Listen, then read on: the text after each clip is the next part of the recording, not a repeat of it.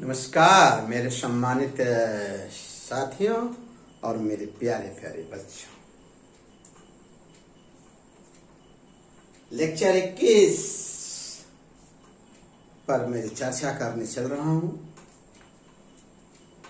Graph विवेचना का जो मौलिक संकल्पना है, फंडामेंटल कंसेप्ट है ग्राफ का, वो मैं सिखाने चल रहा हूं।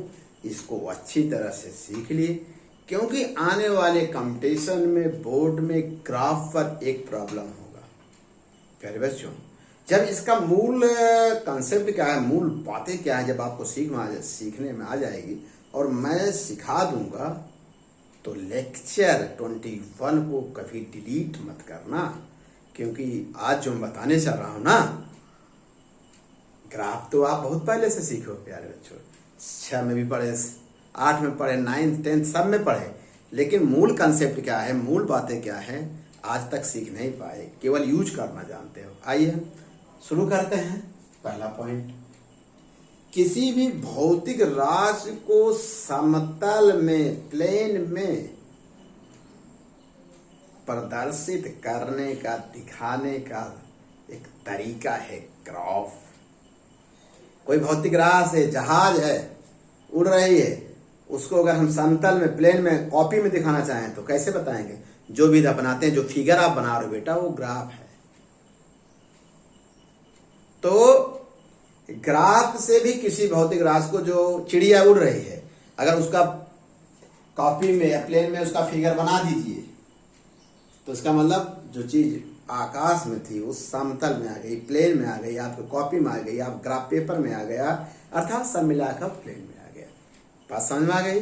एक लाइन का आंसर है, किसी भी भौतिक राशि या किसी भी वस्तु का समतल में अगर विवेचना, प्लेन में विवेचना करना हो, जमीन समतल पर विवेचना करना है, तो एक सरल, एक सुविधाजनक तरीका है ग्राफ ही विवेचना। ये तो कोई बताते ही नहीं, केवल ग्राफ बताते हैं, अच्छी बात है। आइए हम एक दूसरे पॉइंट पर चर्चा करें। तो पॉइंट उभर के आता है कि ग्राफ किसके किसके बीच खींचा जाता है। तो आज के बाद जान लीजिए, ग्राफ सदैव दो चरों के बीच खींचा। चर क्या है? वे राशियां जो एक किसी अन्य राशि के साथ बदलती हैं, उसे चर कहते हैं। चर दो प्रकार सिखा चुका हूं लेक्चर 2-3 में। चर दो प्रकार, एक स्वतंत्र चर, एक परतंत्र चर। स्वतंत्र चर वो होते हैं जिस पर परतंत्र चर निर्भर करता है, स्वतंत्र चर किसी पर निर्भर नहीं करता। बात हो गई। परतंत्र चर क्या है? जो स्वतंत्र चर पर निर्भर करता है। ये बात क्लियर हो गई। पॉइंट नंबर ये होगा।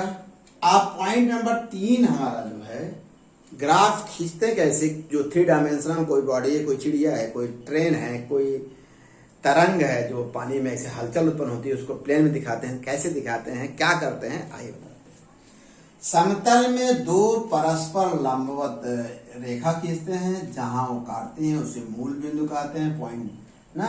एक को एक्स एक्सिस, दूसरे को वाई एक्सिस। ठीक। अब स्वतंत्र चर को, इंडिपेंडेंट को हमेशा हम एक्स एक्सिस पर दिखाएंगे, और परतंत्र चर को, डिपेंड को वाई एक्सिस पे दिखाने का एक तरीका, एक नियम है। इस पे no comment, no question. Okay.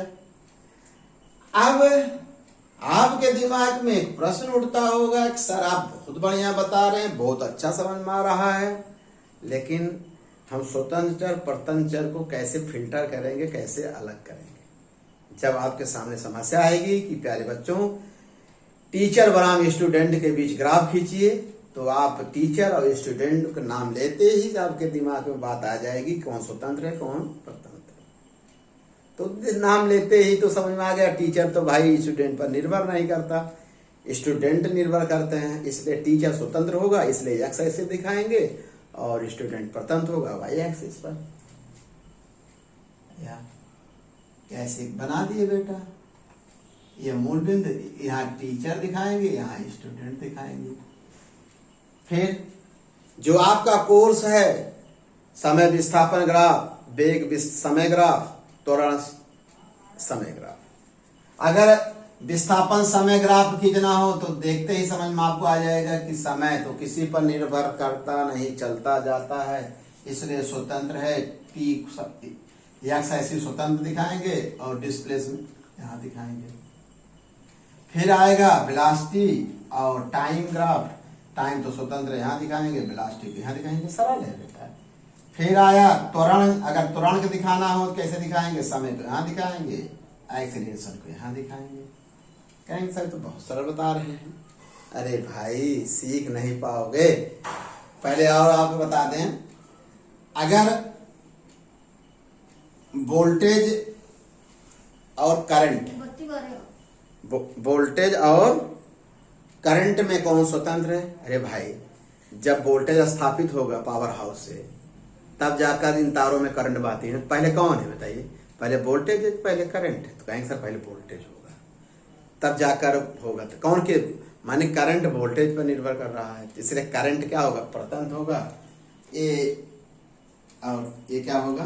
स्वतंत्र होगा। इसका मतलब ये हुआ, दो चर आपको जब दिए जाएंगे तो आपको निश्चित करना पड़ेगा, सीखना पड़ेगा कि कौन स्वतंत्र चर है, कौन प्रतंत्र चर है। कर लेंगे। जैसे हम कह दें कि आपकी शादी, मैरिज और उम्र,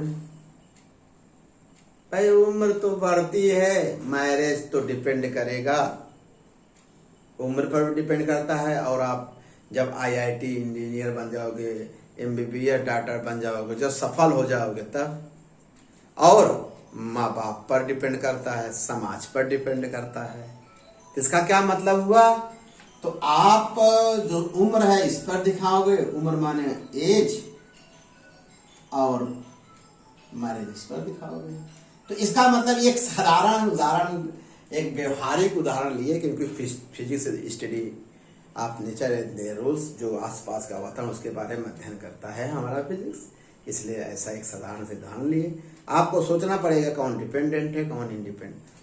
कभी कभी कहते हैं जाइए मैं आपके भरोसे नहीं हूं, मैं आपके भरोसे नहीं हूं, मैं स्वतंत्र हो गया। जिस पर कर रहे थे, जिस पर हम पहले डिपेंडेंट थे, जो पहले स्वतंत्र था, वो बातें नहीं। ये हमको सोचना पड़ेगा कौन सा स्वतंत्र रास है, और ये आप जब सामने समस्या आएगी आज के बाद आप फिल्टर कर लोगे। ओके बेटा, मौलिक कंसेप्ट आप सीख लिए।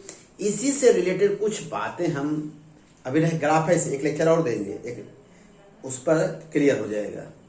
यहाँ तक तो हो गया, आगे हम क्या बातें होगी नेक्स्ट लेक्चर में देंगे। ओके बेटा।